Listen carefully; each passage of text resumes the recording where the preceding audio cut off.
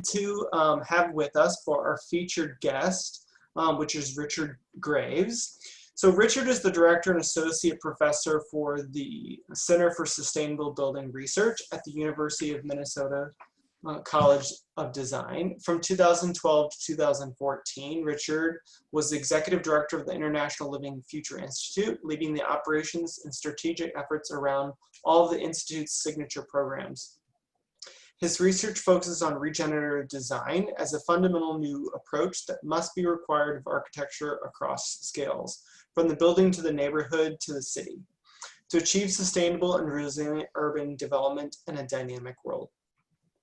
So just a couple of different guidelines before we get started. So the option to click the grid view on the upper right to see more callers is available, although this is a little bit different with the presentation that is being shown. You can definitely switch that view up in the right to swap with the screen with the video, and you can enter the full screen if you would like. The chat function is available on the bottom of the screen, so just please try to be respectful of others and allow others to join in the conversation without trying to monopolize all of the conversation today. So also just try to be mindful of not jumping over anyone speaking, and feel free to talk without being called upon. But if you want to jump into the conversation and don't want to interrupt somebody, you can use one of those reaction buttons at the bottom of the screen. And then that'll help to indicate to me to be able to get you into that conversation the next time there is an available moment. And please try to keep yourself muted while others are speaking, just to avoid background noise. And we are recording this conversation just to be able to share it with the rest of our chapter. So without further ado, Richard. Great, thanks, Brandon. And I'm going to try to do 5 minutes so that we have 20 minutes for discussion. So I'm going to attempt to not to talk the whole time. So again, I'm Richard Graves, Director at the Center for Sustainable Building Research. And, the topic I'm kind of serving up for this coffee break comes from, and my email address is here, so you can go back to this. And if you want to email me comments, questions later. There we go. So, the topic I'm serving up comes from a book chapter that was just recently published this July. It comes from a collection of essays and writings by people who are studying sort of regenerative design kind of theory and practice. And it's called Ecologies Design, Transforming Architecture, Landscape, and Urbanism. And the editor I know best was Maybrit Peters-Zari. She's from New Zealand. The other editors are from Australia. And if you don't know, there's a lot of really interesting sort of regenerative design work, especially in practice, going on in Australia. Hence, I think they were sort of the generators of this idea to kind of publish this collection of essays. And so there are essays by people like Bill Reed, Ken Yang, et cetera, in this book. So I urge you to check it out. The topic that I took on is this idea of metrics in green building design and regenerative design. I've been involved for probably 25 years through the U.S. Green Building Council, Living Building Challenge, in various, and now in Minnesota, in various flavors of kind of creating green building metrics. And within the space of regenerative design, which, and just to kind of talk about, what a brief definition of what is regenerative design, regenerative design is a transformative approach to architecture that catalyzes the relationship of people and living systems to build social and environmental health in a place. And it's, sometimes, I hear it referred to as kind of the next incremental evolution of green building design. And we really can't think of it in that way. It's a transformative shift in thinking and approaches, et cetera, et cetera.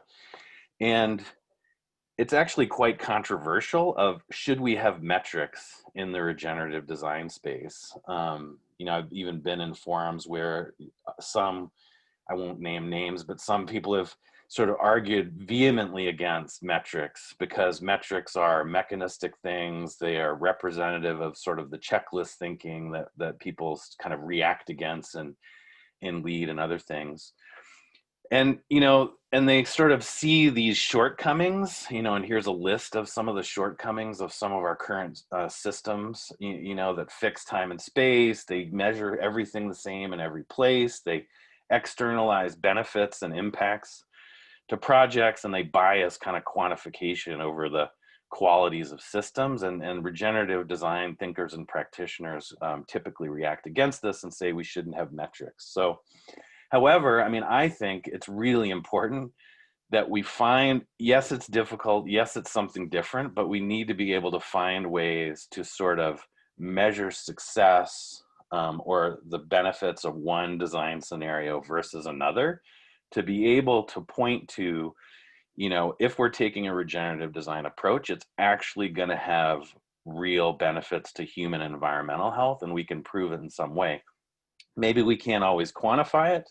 Maybe it's a qualitative thing, but we need to come up with some way of sort of measuring and having metrics that is as transformative as the regenerative design approach. And I won't dig into this. You know, we in our work at the University of Minnesota, we've been working with our Institute on Environment, which is where many of our ecologists sit at our university. We worked with them to kind of come up with a design sort of process, if you will, that would analyze the kind of unique aspects of a place, sort of map the structure of living systems in a place, determine kind of needs and goals, and then have this sort of assessment system of different design scenarios you would develop. And we started to kind of create this sort of list of what we think could be metrics or ways that you could measure using different mechanisms regenerative design in the future. It's an incomplete list. It's a list that changes in different places. Everything's not quantified. Sometimes it's equality, sometimes it's the relationships of things, but I feel like this is where we need to go in the future with regenerative design practice and coming up with new ways of new processes and new metrics to measure it. So with that, that was 5 minutes. I'm close to on the dot, so I'll throw this up for discussion. And is it helpful if I stop sharing my screen? Is it easier to chat? Yes, okay. There we go.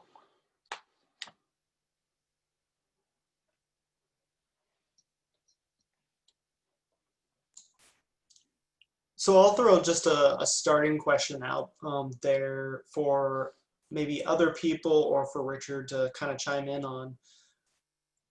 While some are suggesting that we shouldn't have metrics in regenerative design, I know that from just a people perspective, it does help to motivate people and companies in order to try to reach a next level or reach some aspect of it. How do they, how is it planned to try to motivate people to go further? Yeah, I mean, that's a good question. I mean, I think if you look at, I mean, for example, if you take Bill Reed's story of place way of working, you know, he typically will develop very specific sort of goal setting, and I wouldn't even call them metrics. So in that case, the motivation is achieved with kind of working with community members and sort of building trust with them and working to analyze the specific place. And I think there you know, the take on motivation is if I can connect people with the living systems in a deep way, they then will be motivated to integrate that in design. And I actually think that's completely true. I believe in that. I just think that you need additional layers of connection when you get to, I mean, many of the designers on this call will know that, you know, as you're going through a design process, you're going to come up with various scenarios, and how do you have a method to compare one versus the other versus just we like one more than another. You know, there needs to be at least some method of assessment, if you will. But that's a good question. Motivation is key because, you know, that could be a metric right there is, you know, the folks involved, anyone who was ever involved in natural step back in the, this is kind of massively dating me back to a green building in the 90s, but, you know, in natural step, they always talked about the fire carrier, that you had to have a project, in your project, you looked for stakeholders who would become the fire carriers of the idea down the road. And that's definitely sort of this idea of motivation. You know, can you build that capacity for motivation long term in your stakeholders? So good, I love that question.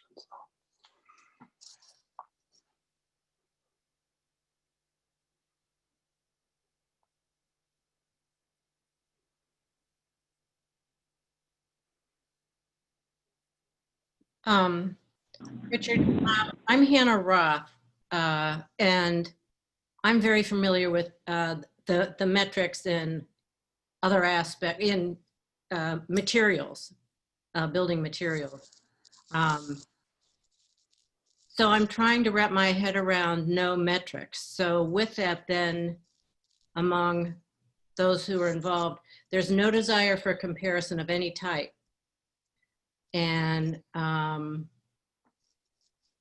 don't know if that's good or bad, but I guess that's one of the things that goes with it is there's no desire for comparison.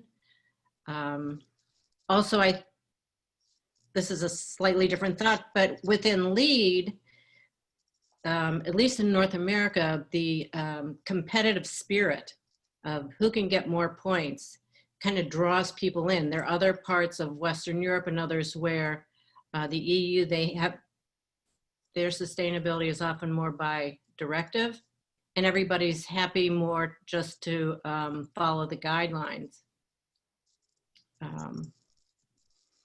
Yeah, it's interesting. Well, so, and I'm probably, if I had the people that I've had this debate with on the same call, it's probably an unfair characterization of no metrics, because I know even some of them have generated their own sort of methods of comparison, but I think it's the desire to, you know, and we've all been involved in LEED projects where you get sort of fixated on the scorecard and it becomes a blinder for you. And sometimes you need to kind of step back and say, well, let's hold on a second. Let's think about the kind of relationships of things again.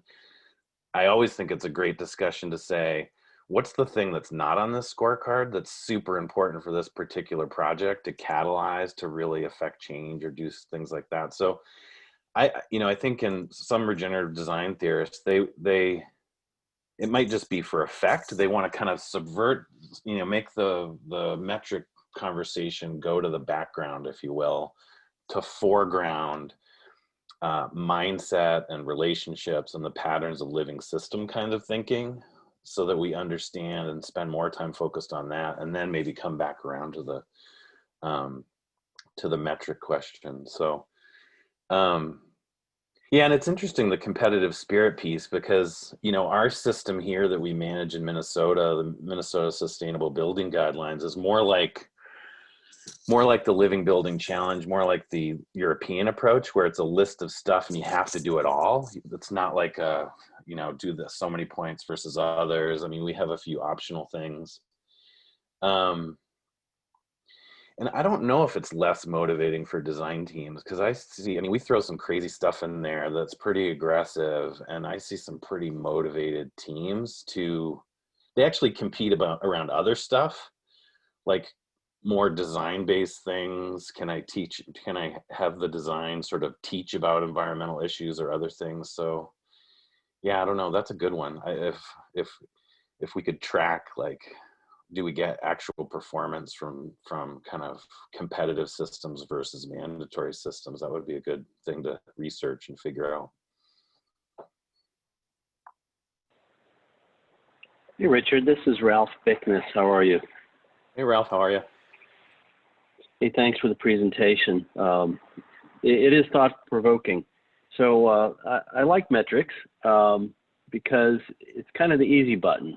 I mean, the easy button part of it is that you know what the rules are, and you know what the thresholds are, and you know it sets understandable guidelines for an entire team to meet certain levels. We've done a lot of LEED projects very successfully, and we've done a number of LBC projects. And I have to say that, I think the LBC looks like there aren't metrics when you look on the surface, but the part that it takes a while to figure out, the metrics are there in a lot of cases that you do have to meet. You do have to meet certain daylighting thresholds. You do have to meet, certain energy thresholds and so on and so forth. So the thresholds are there, but they're not so apparent. I've also been working with the AIA in the past several years on materials metrics, and now we're transitioning to try to work those into the framework for design excellence, which used to be the AIA top 10 kind of metrics that have been evolving. And the intent of some of this work at the AIA is to help propel the bell or move all practitioners forward on sustainability.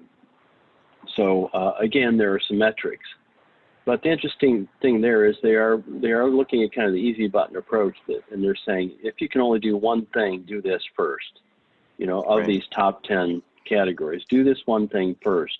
So that's, the intention there is to get the practitioners that aren't doing LBC, they're not doing LEED, they think they might be practicing sustainability, and some that aren't, trying to get them to adopt some of these and move along and do those. So again, the metrics there are helpful because it sets clear goals.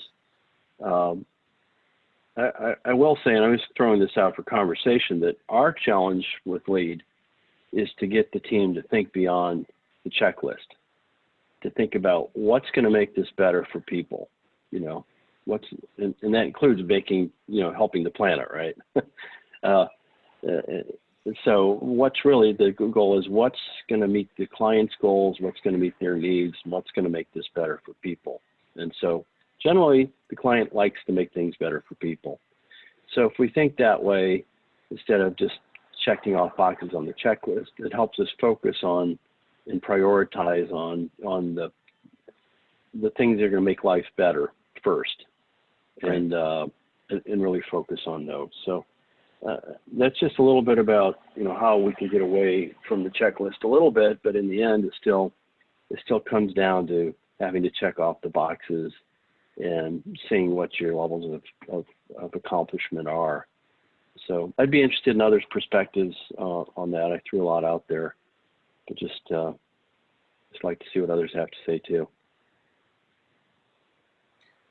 I think those are good points, Ralph. And I think it's a bit of a both and, where, because I'm showing one set of the work that we do at the center, the whole other set of the work that we do is very LEED-like with the Minnesota Sustainable Building Guidelines. And a lot of what we're doing is that list of metrics that I gave that are basically social system services and ecosystem services that you can get from groups like the Natural Capital. Well, we got them directly from the Natural Capital Project.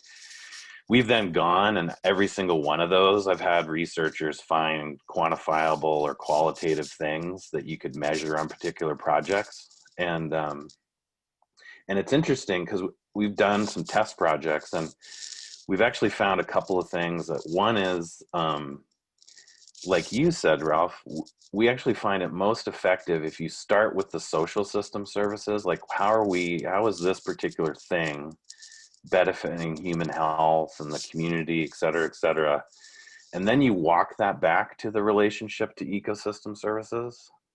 It's the best way to kind of build sort of commitment, educate about living systems. If you try to do the reverse, as we all know, there's a whole bunch of people who, it's like, oh, it's that eco stuff again, like whatever.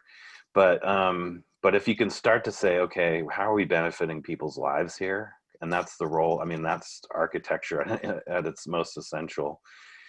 And then walk it to ecosystem services. You can, what we've generally found is you can kind of bring the whole group with you then, and get folks to understand maybe some of the ecosystem things.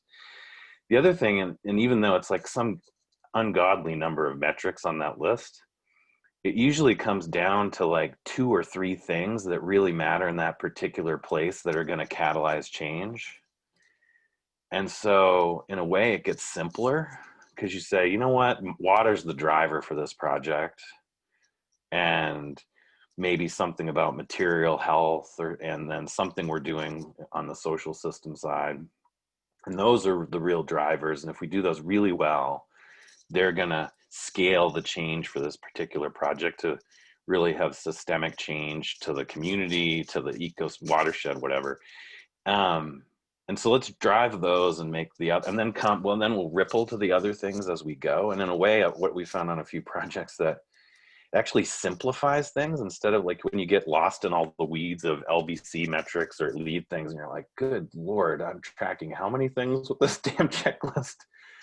Now all of a sudden you like prioritize 2-3 things, and you can explain that to anyone involved in the project. And so that's another, but I think those are great points, and it's a bit of a both and.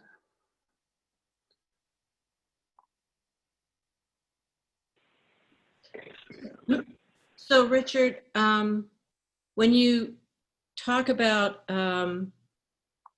first looking at the social system services and the benefits, when you talk about it, so what you're suggesting is there are some type of metrics within that so that you can offer people evidence, like we have this many less visits to the ER, or some type of quantifiable sense of the social system services that then either helps the project move forward or helps people support the project or go to a different project and do it in their location. Are there right? So there are some smaller metrics in there. Yeah, so for example, we're renovating an old Shriners Hospital at the University of Minnesota as a project that is a conceptual project right now. And so you've got the primary purpose of this, and it's this hospital is patient care, and they're going to come into the hospital, and you want them to get to health so they can be released from their hospital room as quickly. So you could have a quantifiable metric to say, average patient stay, for instance, and we're trying to reduce that. And then you say to yourself, okay, well, and fortunately the kind of director of this project is really interested in biophilia. And so they know if we can create patient rooms with views and experiences to living systems that can have this, that can have this social system service of kind of reduced patient stay and better health. But to do that, we've created a relationship to the landscape of the hospital and creating some sort of biophilic metric of what kinds of things do we have to do there to then get the social health outcome. And then in order to do the biophilia things, how do we water? How do we think about soil health? How do we do all this other stuff? So it creates this kind of chain or pattern of things that you're walking kind of social to environmental system relationships to achieve your overall goals. I mean, that's one example, but that's the kind of stuff that, that's pretty simplistic in a way, but that's the kind of thinking and metric use that I think we're trying to understand better. And for example, and this is where I think we've got a lot of practice work to do and research work to do. We've got really good metrics on the patient health side of reduced nights in beds. Don't have as good enough metrics of what are the qualities of that biophilic system that are going to generate those human health benefits. And so I think that's where some exciting work is to be done in the future.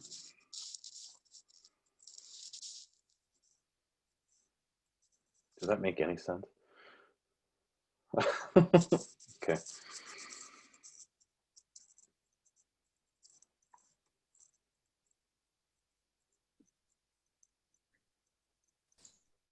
So I'm just trying to think how, if a team came and visited your project and said, gee, we're so impressed, we want to do something similar. Mm-hmm. Again, I'm sorry, I'm rolling around this idea of metrics. How? I think the thing that you know, it's hard. Sometimes these things get so place-based that, you know, it's best to say, okay, you have got a team that's on another project.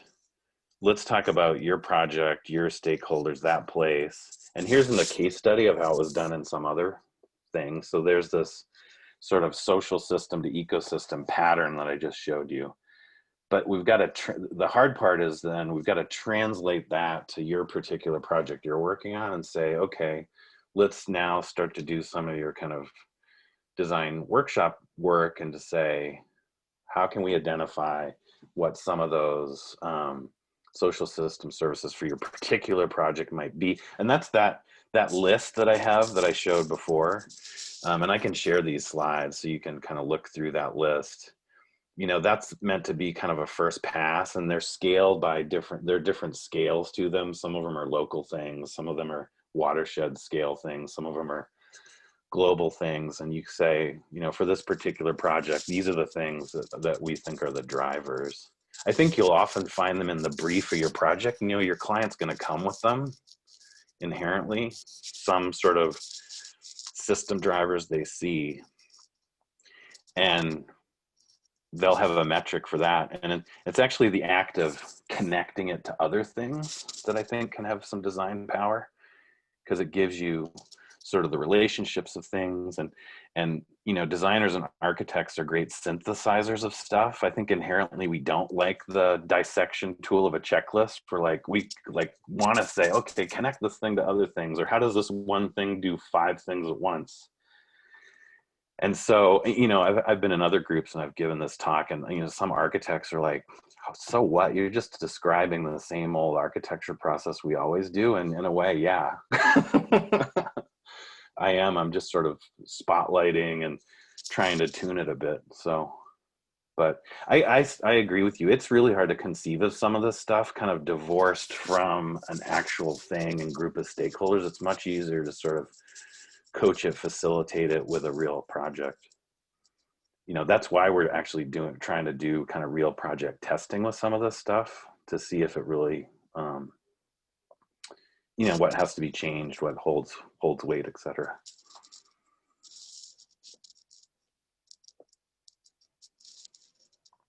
Last minute, right, Brandon? Minute or two. So stressed out about time with this coffee break. 30 minutes, so short. It is short. Do we have anybody have any closing questions or burning desires that they would like to kind of get out before we wrap up? Yeah. Yeah, Eric. I have a quick one. Oh, go ahead. I think Eric's raising his hand. Yeah. I was late to the game. Is there a food component to any of this? I'm Yes. not up to speed. I'd love to hear if there's a food component. Yes, absolutely. There are food components at multiple scales. I mean, the cool thing about food is it's both an ecosystem and a social system service. You know, you have food for people and then food within the environmental system. So food's like, and I will tell you, there are 2 metrics that commonly catalyze stakeholders more than anything else. We think it's energy and carbon. It's not energy and carbon. I hardly ever have a group of stakeholders that gets super fired up about energy carbon. It's food and water that are the ones that people will get fired up about, will drive their project, connect them to each other. And then those of us who are interested in carbon, it's like, okay, we not got to walk them over to the carbon stuff from there. But the food and water are the kind of gateway issues, if you will, at least in my experience. So others of you may have found other gateway issues, but.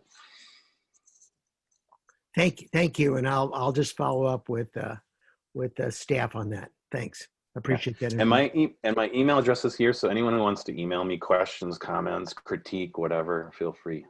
We're looking at putting a urban farm into one of our projects that includes housing, a neighborhood preservation housing effort, tax credit, and then also using foodscaping also, which is a term I'm just learning.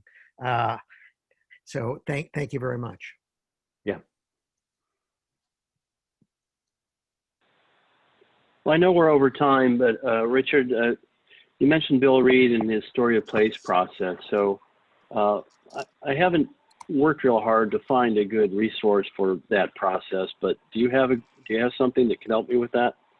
I do. If you understand how can't he, find, yeah, he wrote a short paper on. I think it's he and Pamela Mang wrote a short paper on their story of place process. I know it's also covered in their book. Shoot me an email, Ralph, if you can't find it. I have PDFs of it, and I can just email it back to you.